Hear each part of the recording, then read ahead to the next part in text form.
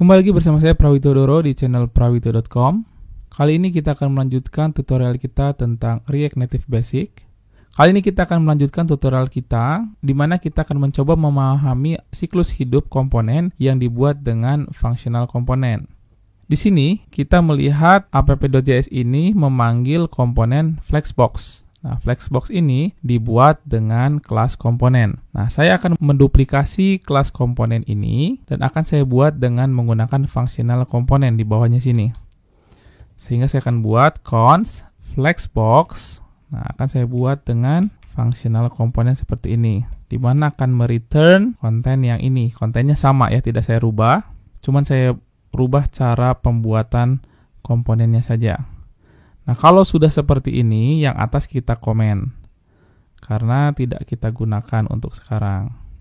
Oke, sudah kita komen untuk yang kelas komponennya. Nah, yang perlu saya ganti di sini adalah bagian subscriber-nya akan saya buat statik lagi menjadi 100 seperti awal sekali. Nah, seperti ini. Kita sekarang sudah memiliki komponen Flexbox yang dibuat dengan functional komponen.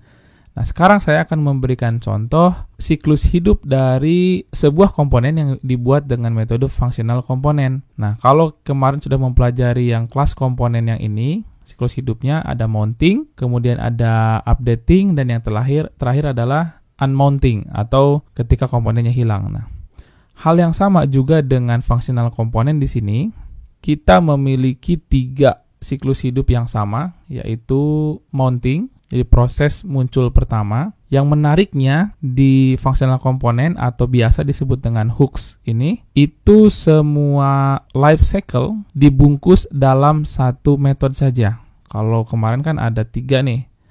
Ada komponen did mount kalau selesai mounting. Ada komponen did update kalau ada updating.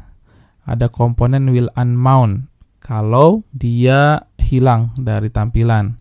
Nah, sedangkan kalau di hooks ini, ketiga life cycle tersebut dikumpulkan dalam satu metode bernama useEffect. Nah, useEffect ini jangan lupa kita import dari React. Nah, useEffect ini bisa menghandle ketiga metode yang di atas tadi. Nah, pertama, kita akan munculkan metode console.log didMount.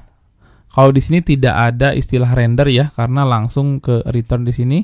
Tidak ada metode render untuk hooks ini. Langsung ke didMount. Kalau kita save, kita clear dulu ya. Kita clear, kita refresh. Oke, ini muncul. Setelah muncul, akan lari ke didMount. Berarti komponennya telah di-mounting, telah muncul. Lalu sekarang gimana untuk menghandle update? Nah, kalau ada sebuah perubahan. Nah, kalau untuk perubahan kita handle dengan state terlebih dahulu. Kita akan buat dulu state-nya. Nah, di sini sama seperti sebelumnya, kita buat subscriber. Kemudian set subscriber. Tidak perlu khawatir dengan variabel di sini. Nanti akan kita pelajari di materi terpisah. Nah, di sini use state. Nah, use state ini akan kita import dari React. Oke, setelah kita import useState, kita akan berikan value pada subscribernya menjadi 200. Kita set 200 untuk value awal. Kemudian akan kita pakai di sini. Pemanggilannya jadi pendek, cukup subscriber aja. Tidak usah this.state.subscriber. Cukup panggil subscriber sesuai dengan nama yang kita buat di sini. Kita simpan. Nah, setelah seperti ini, kita bisa membuat satu useEffect lagi, di mana nanti useEffect ini akan dipanggil berurutan. Pertama yang ini, kedua yang ini. Nah, kita bisa membuat 2 useEffect. Nah, bedanya kalau yang di sini akan dipanggil setiap kali subscriber melakukan perubahan. Nah, di sini. Atau kasarannya saya akan buat di sini did update. Nah, kalau ada perubahan. Kalau kita simpan, oke, saya clear dulu biar tidak bingung. Kita clear. Kemudian saya refresh. Oke, ini sudah di-refresh. Pertama muncul didMount, yang kedua did update. Nah, di sini. Kemudian di useEffect ini akan saya lakukan suatu perubahan. Set timeout sama seperti sebelumnya. Kita akan buat timeout selama 2 detik. Nah, di sini akan dirubah set subscriber. Nah, kita akan rubah dia menjadi 400. Dalam 2 detik, kita akan rubah value-nya dari 200 menjadi 400. Kita simpan, kemudian ini kita refresh, biar tidak bingung. Oke. Did mount, kemudian did update. Dalam 2 detik, dia akan manggil lagi did update. Nah, yang ini. Artinya, use effect ini akan dipanggil ketika ada perubahan lagi. Nah, gitu.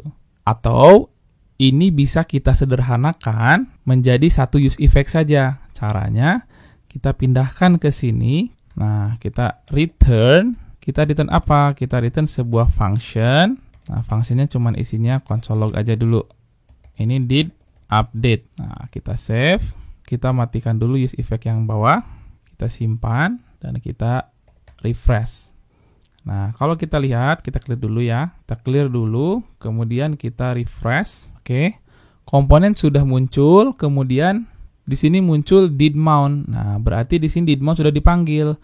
Kenapa did update-nya tidak kepanggil? Karena belum kita lakukan perubahan di subscriber-nya. Nah, kita akan lakukan perubahan. Kita copy set timeout-nya ke atas. Nah, kita copy ke sini. Ini kita komen lagi. Kemudian kita definisikan apa nih yang mau kita baca. Setiap perubahan apa nih yang mau kita baca di update-nya. Nah, kita kan mau ngebaca perubahan si subscriber nih. Jadi kalau ada perubahan di subscriber, nah, tolong lakukan pembacaan di sini. Proses clearing atau pembersihan. Kita simpan. Kemudian kita refresh. Mounting 200. Kemudian tunggu 2 detik berubah jadi 400. Did mount dipanggil, ini pertama kali di konsol, kemudian setelah 4 detik, dia melakukan update, did update. Nah, setelah did update, berarti ada perubahan kontennya menjadi 400, kemudian did update ini dipanggil. Oke, nah jadi kalau kita ingin melakukan komponen did mount dan komponen did update dalam satu fungsi use effect seperti ini, bisa kita lakukan. Atau bisa kita pisahkan dengan use effect yang terpisah seperti ini. Nah, sedangkan untuk yang terakhir, yaitu untuk unmounting atau will unmount ini, juga dihandle hal yang sama dengan did update tadi. Dia akan terpanggil kalau hilang. Nah, kita akan coba munculkan kondisi untuk menghilangkan komponen kita dalam 6 detik. Kita simpan, berubahnya 400, dalam 6 detik dia hilang. Oke, kita lihat life cycle-nya. Nah, did mount, did update, kemudian ke did mount lagi, terakhir did update. Did update di sini adalah artian dia melakukan kondisi hilang ya, kondisi si komponennya hilang. Nah, jadi siklus hidup yang dibuat di dalam kelas komponen disederhanakan di dalam hooks ini atau functional komponen hanya dalam satu metode yang bernama use effect.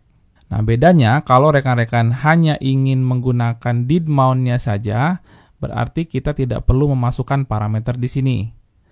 Kalau rekan-rekan ingin melihat perubahannya atau update-nya setiap kali value-nya berubah, kita masukkan apa yang ingin kita lihat perubahannya, kemudian kita munculkan fungsi pembersihannya atau clearance-nya di sini. Return sebuah function. Nah, return sebuah function ini juga bermakna dua hal, yaitu update dan juga ketika mau hilang atau will unmount. Nah, demikianlah life cycle untuk komponen yang dibuat menggunakan functional komponen atau biasa kita sebut dengan hooks.